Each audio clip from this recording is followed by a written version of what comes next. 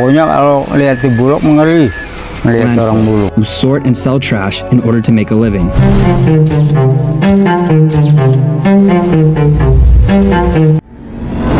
Isang lugar na gawa sa bundok ng basura at ilan sa mga babae ay literal na kumakain ng tira-tirang pagkain mula dito para lang mabuhay.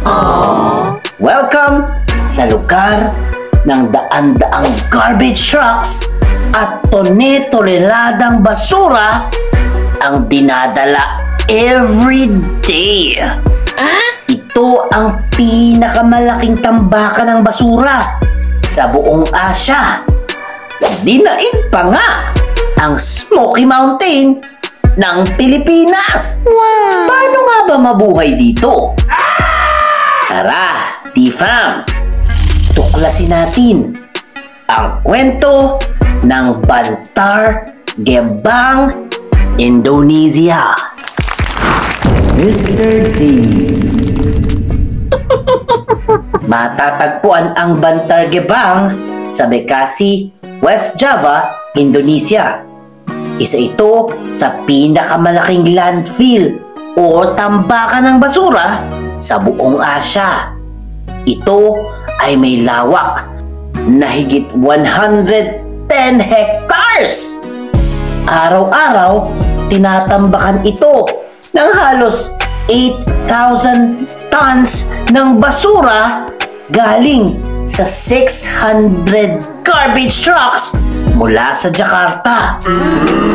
Imagine, katumbas ng 3 Olympic-size pool ang basura dito araw-araw. Oh no! Pero bago tayo maglangoy sa basura ng Bantar Gebang, quick shoutout muna sa magandang bahagi ng Indonesia.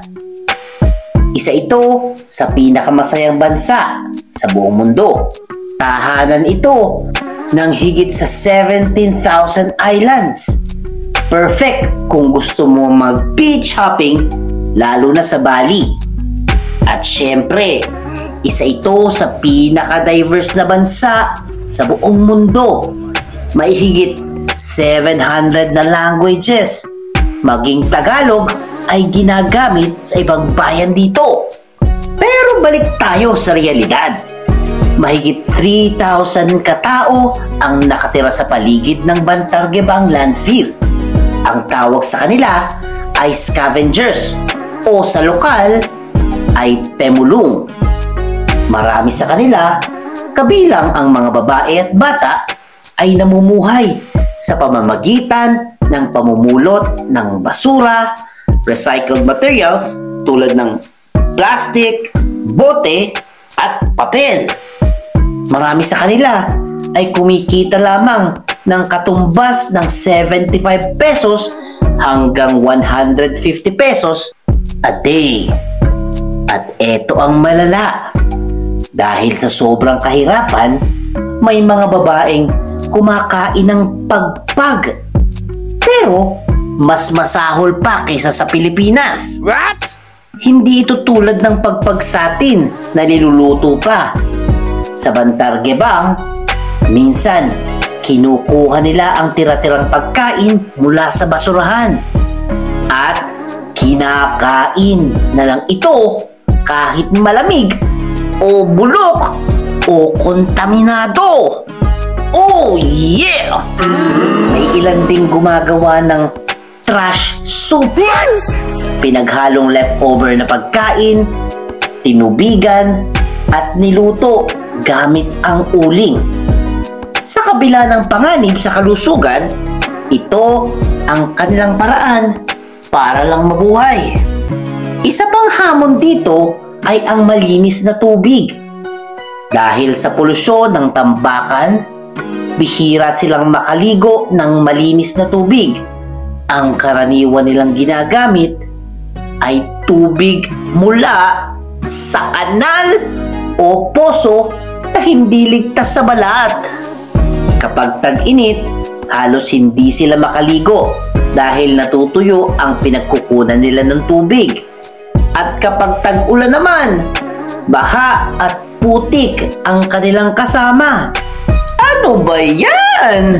Sa kabila ng lahat ng ito, may pag-asa pa rin naman. May mga NGOs at local groups na nagtuturo sa mga bata ng basic education at nagbibigay din ng hygiene kits. Ayon sa data ng Jakarta Environment Agency, mahigit 39 million cubic meters na ng basura ang nasa Bantar Gebang. Halos kasya dito ang 15,000 Olympic-size swimming pools. Oh no! Ang Bantar Gebang ay may sariling gas-to-energy system. May mga bahay na literal na gawa sa basura. Ginamit ang recycled wood at yero na nakuha sa landfill. Ayon sa ilang eksperto, pwedeng tumaas ang bundok ng Bantar Gebang ng higit 50 meters. Halos kasing taas ng 15 floors na gusali. T-Fam, hindi natin dapat palitin ang mga taong naninirahan sa ganitong klase ng hirap.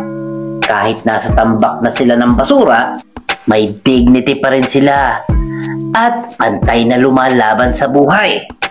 Ang malupit dito, kahit nasa gitna sila ng basura, hindi pa rin sila nawawalan ng pag-asa. At kung gusto mo pa ng kwentong makabuluhan at kakaiba, huwag kalimutang mag-like, mag-subscribe, mag-share, at mag-comment sa video na to. Ang kaalaman ay parang basura, hindi nauubos. Kaya tawa lang kasi masayang matuto. Yeah! The end! Huwag kalimutang i-click ang subscribe button at bell icon ni Mr. D para masaya every day. See you, D-Fam!